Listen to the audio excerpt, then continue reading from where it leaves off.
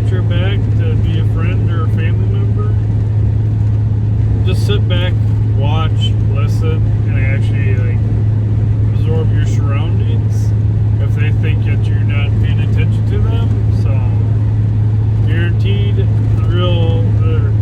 people's real true selves will come out if they assume you're not paying attention to them.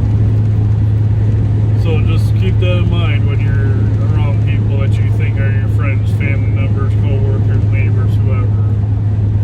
And yes, people are not perfect. You do talk about each other, but at the end of the day, if you can call on someone and they're going to be there to help you out most of the time, that's more of a friend